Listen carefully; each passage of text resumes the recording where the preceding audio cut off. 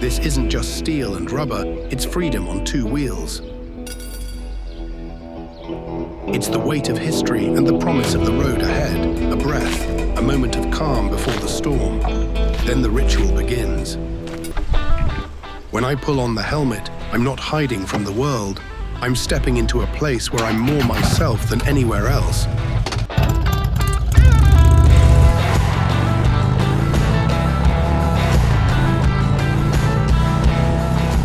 Every twist of the throttle is a pulse.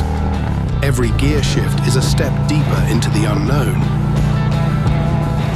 The wind tears at me, the horizon calls me forward, and the sound of that V-twin becomes the soundtrack to who I am.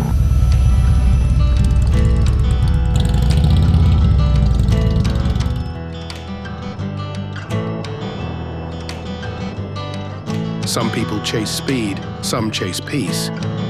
On a Harley, I find both, and something more, a connection to the road, to the bike, and to myself.